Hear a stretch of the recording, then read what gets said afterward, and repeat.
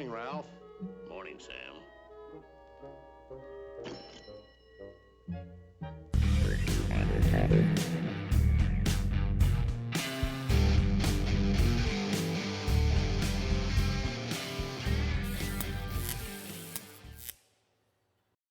Hey guys, welcome to Morning Sam, Morning Ralph, your favorite restaurant technology podcast. I'm here with my co-host, Chad Horn. Chad, Yo, it's a good word. what's the good word? There's a few good words. I got out of Florida. That's one.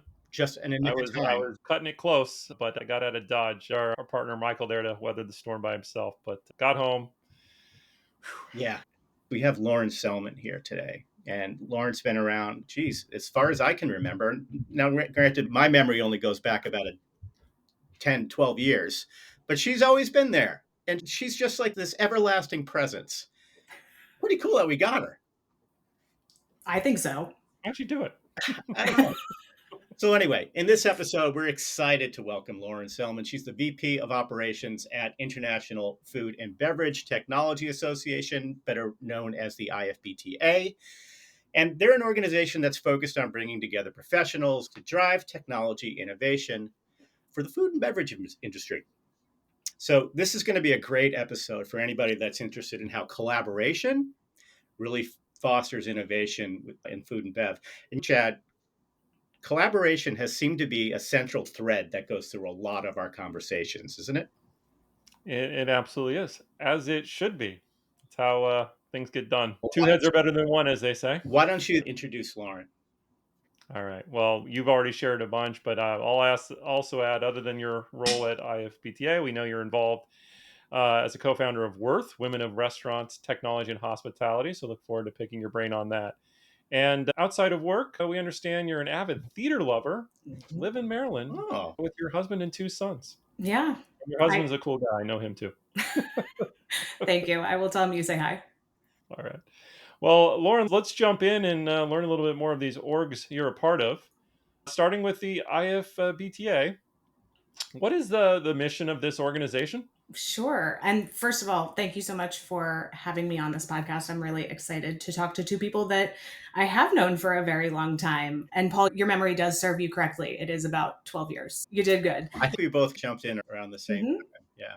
We did. We were doing the conference circuit back then together pretty much all the time. But yeah, so the International Food and Beverage Technology Association, we are a not-for-profit trade association, and we focus on networking and education of the global food and beverage industry. So the way that I like to explain it to people is anything that falls into those two camps, we want to focus on. We offer a lot of educational opportunities. We have a certification program. We put out white papers. We host meetings in local cities in our chapters. We have a virtual chapter.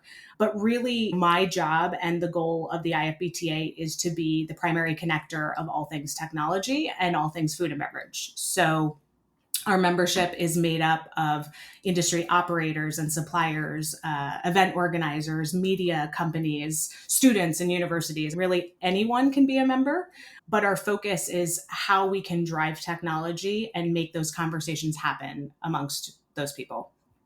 How do you find the balance, or what is the right balance between food and beverage and technology? How do you find the balance between food and beverage and technology? Do you want to clarify that a little bit more? Yeah, It seems quite big. Because, there's those folks that are going to not be as technologically inclined, but maybe have a lot to offer in terms of how to run a strong operation, be hospitable to the guest, and you just really run the restaurant without the leaning on the tech. But then, especially as time's marching on, people are realizing tech plays a big role in delivering hospitality and running a successful business. So do you have like people on both sides there, or more people in the middle? What do you got? Yeah, I understand now. So I think the best way to answer that is allowing people to have open and honest conversation is really what is key there. So on one side of the spectrum, you have your industry suppliers who in and of themselves can range in size. You have your startups who are new players to the industry. You have your tried and true 50-year plus organizations. Similarly, on the operator side, you have your smaller independent mom and pops. You have your 5 or 10 unit operators all the way up to thousands. And I think it's just a matter of how you're getting those conversations started. So if you have someone in your organization who is technology focused, obviously they're coming into the conversation with a little bit of a leg up.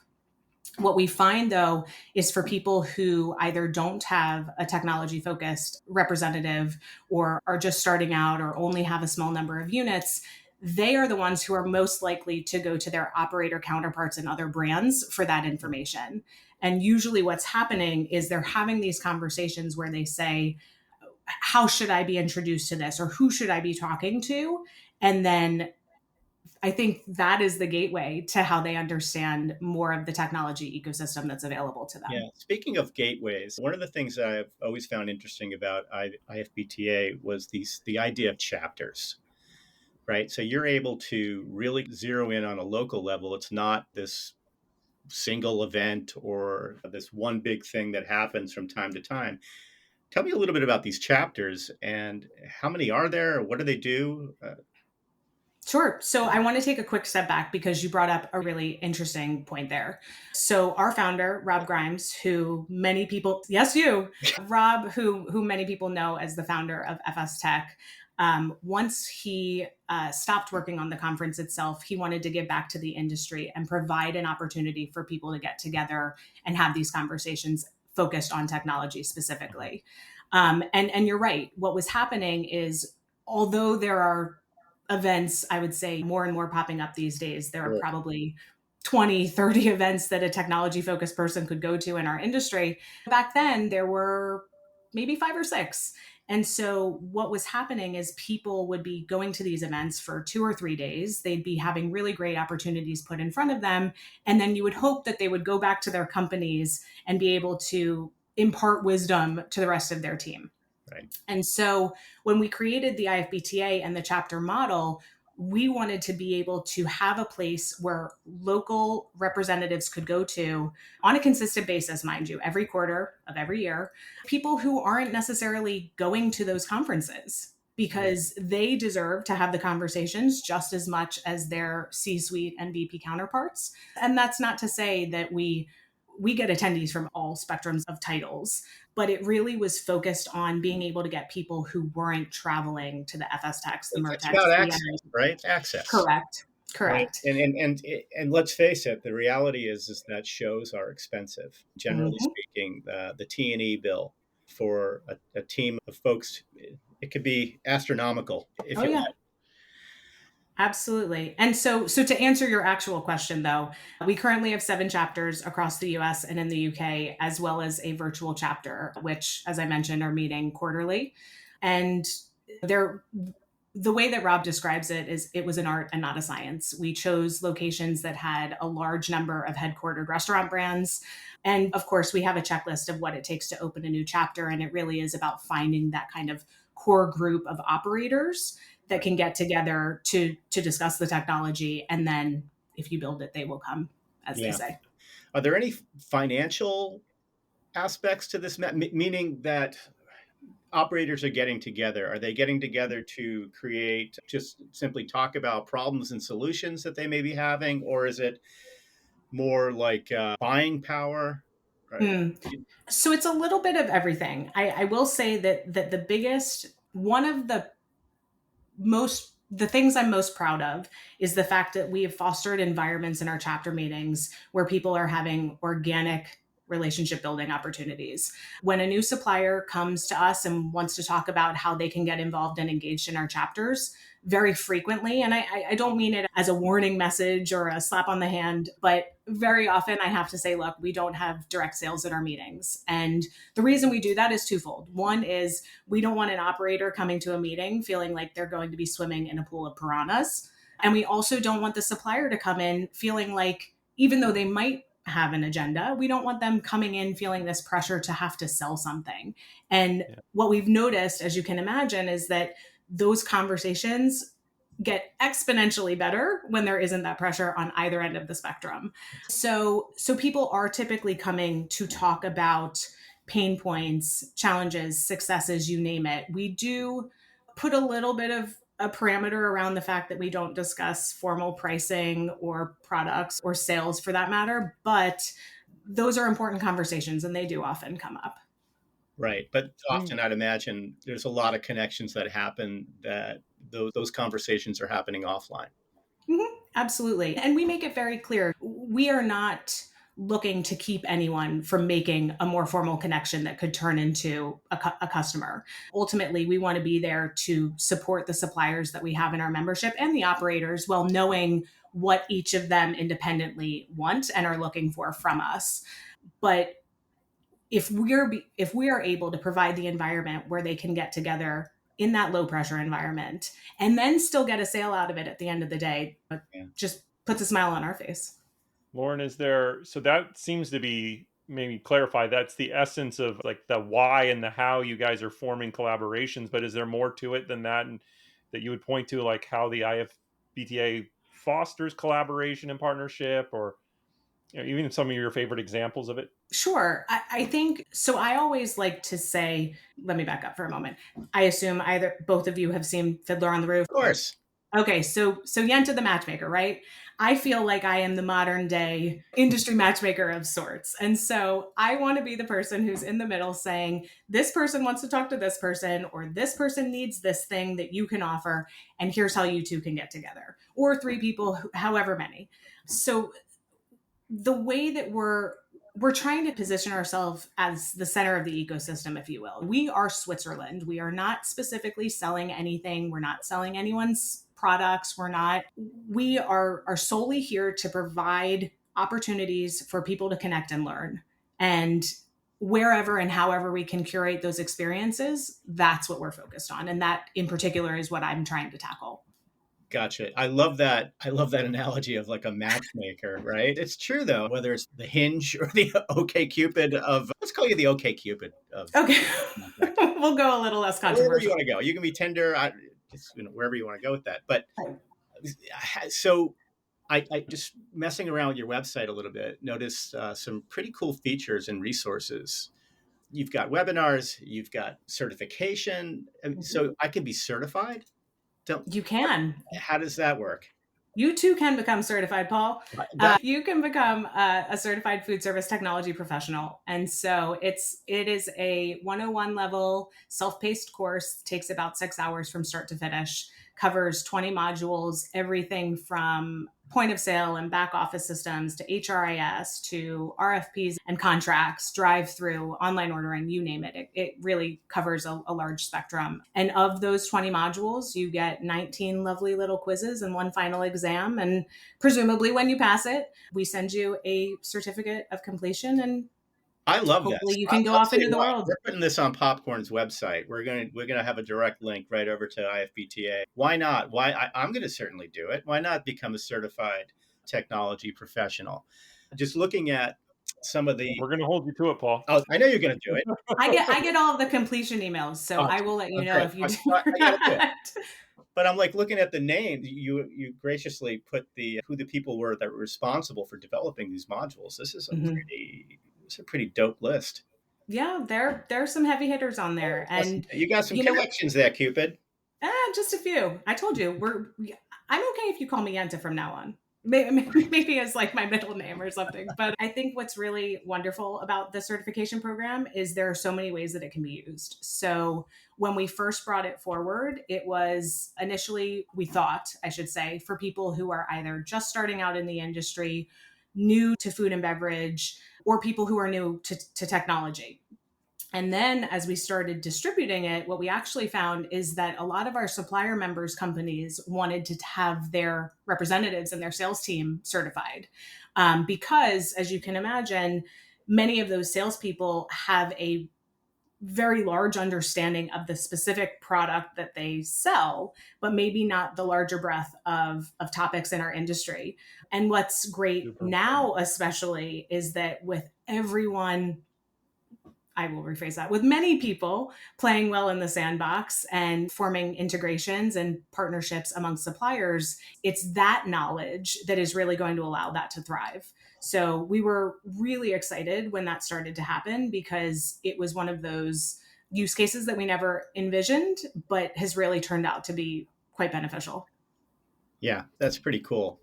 Chad, Can I jump in on this one yeah, thing? I want please. to make sure there's one benefit we hit. So all of this collaboration, these conversations, at least where is in person and to some degree virtual, they happen in the context of these events. And Mhm. you're a talk about certification. You're a certified meeting professional.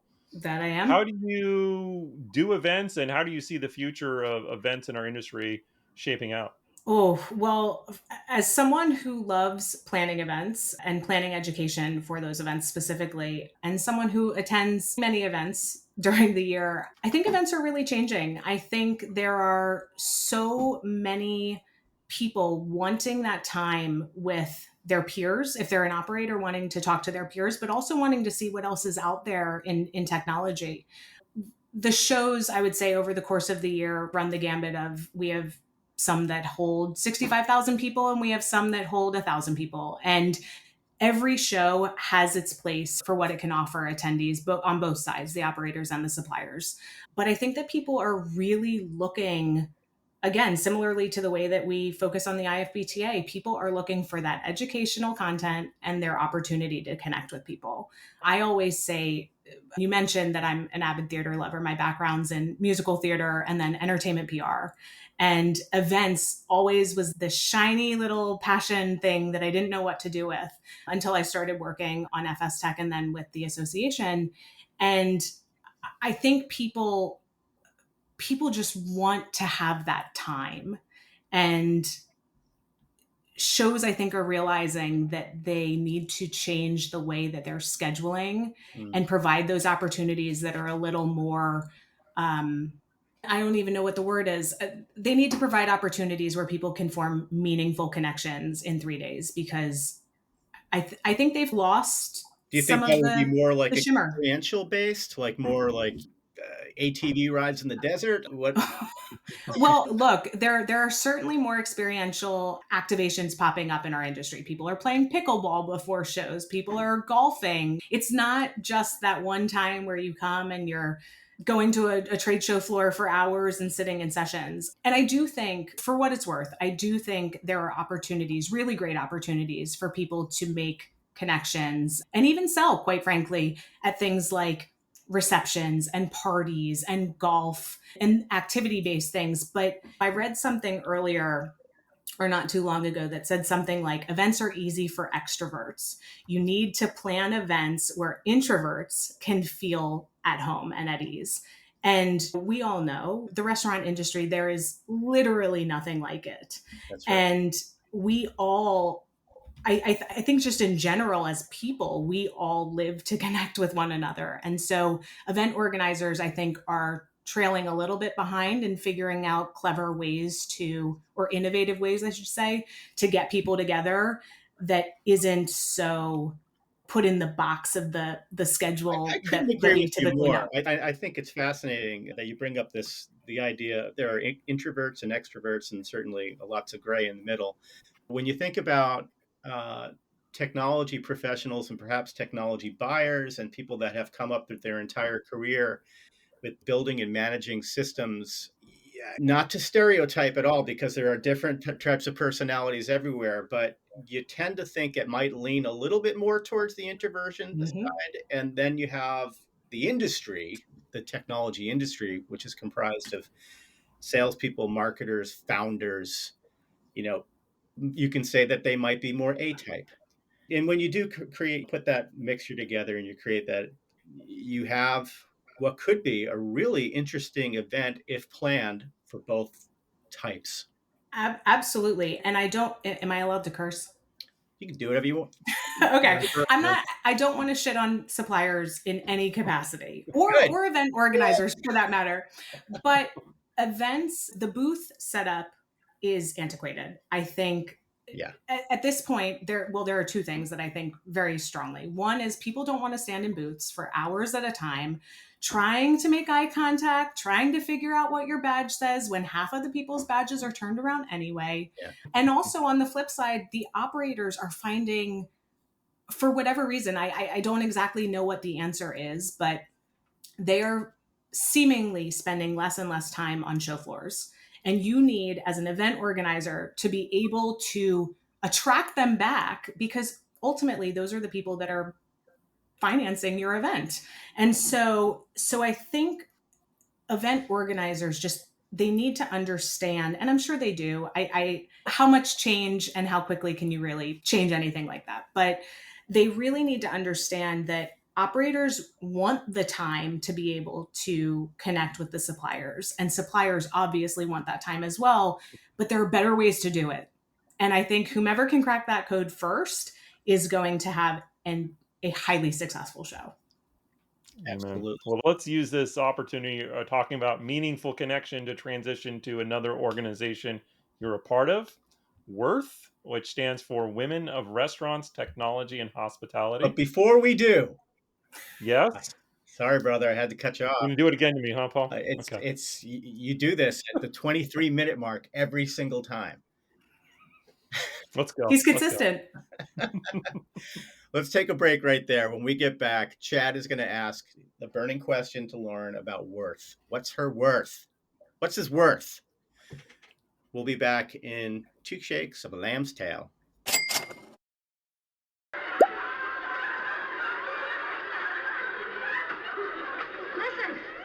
Ethel, I think this.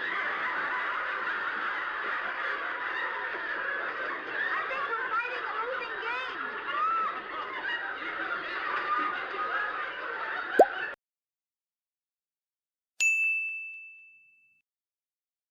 All right. Before I was predictably cut off to take our break, we were getting into asking Lauren about Worth. Lauren, this is an awesome org. Why don't you tell us about it, please? What is Sure. Worth?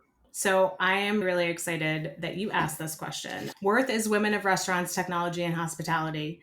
And we are myself, Crystal Craven, and Tammy Billings, both of whom are industry leaders and staples again on the conference circuit. Yeah. We felt like there was a need to have a representation of a female group that was tech focused. And to be totally honest with you, there aren't many women, or aren't as many women as there should be, in roles of leadership in our industry, and certainly not many communities available where we can talk to one another. But maybe more so than that, this actually started because female experience at conferences and the female experience in our industry can often be a daunting one, where we are forced to experience unfortunate circumstances that we have to navigate. And so Worth was really created as a decentralized network where we could not only provide opportunities to get together with our like-minded female peers, but also talk about those uncomfortable conversations, not only amongst ourselves as women, but also with the men that support us in our industry, so that we can make a path forward, make it a little more safe and enjoyable, and give a real platform for the experiences that many of us have unfortunately had over the years.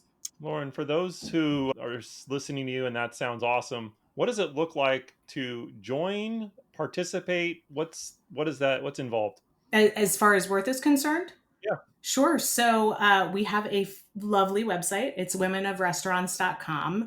That is really just a very basic website where you can see where we are participating. We've had some really amazing opportunities to speak to various employee resource groups, as well as at a few conferences. We've had the support, thankfully, of many event organizers to better understand what we're trying to accomplish and support their events to make them a better experience for women.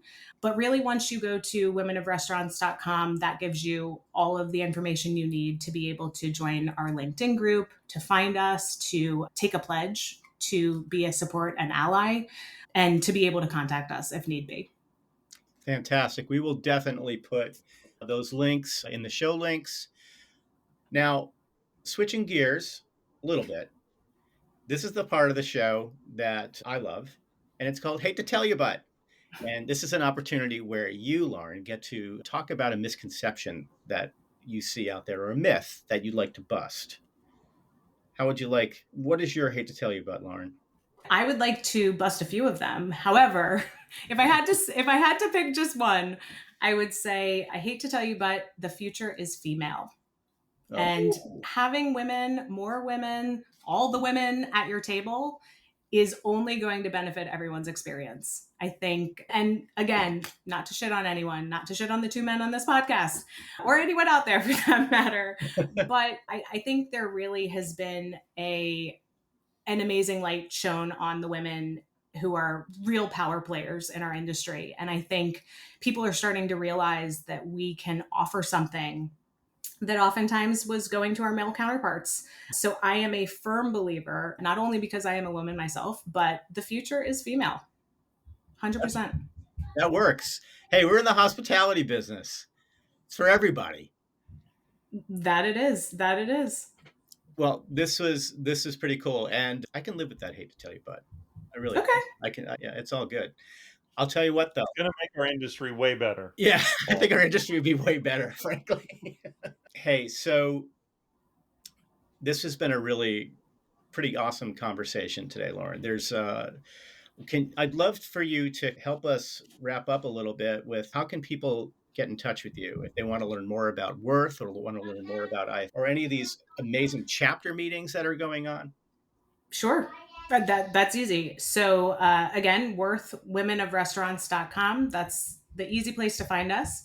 As far as the IFBTA is concerned, we are at ifbta.org. All of our chapter meetings, all of our resources, all of our upcoming events are posted there, as well as the certification program, which I know you will be clicking on as soon as we are done here, Paul. I'm looking forward to sending you your certificate of completion. And then, of course, anyone can contact me. My email is lauren@ifbta.org, or I'm on LinkedIn, which hopefully you will follow me because, as you said, I go to a lot of industry events and I would love the opportunity to meet more people. Absolutely. Where are you off to next?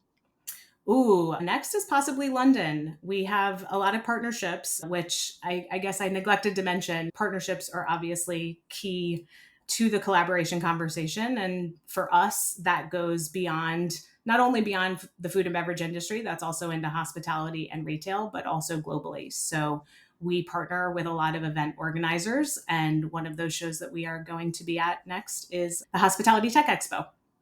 So hopefully I will see someone there that I know. Beautiful. Fantastic. Chad, this was a good one. It was a very good one. I think we've really enjoyed talking to Yenta today. Yeah, she's really excellent. And you know what? I think it also proved out something that we've been thinking all along, and that is collaboration really is the thing, isn't it? This is what makes the industry so vibrant. It's the fact that not only can we get together online, we can get together at shows, we can get together in these membership organizations, we can collaborate and solve big problems because the industry is in no way, shape, or form out of the woods yet. We've got a long way to go. So yeah, good stuff, guys. And I know we've got some restaurant tech companies listening, suppliers as they've been referred to on the show. So mental note, everybody, right? If you drop the sales pitch and just meaningfully connect with people, you'll make more meaningful connections. And that will lead to better things for you and the industry. Can I add to that? I would add one more thing.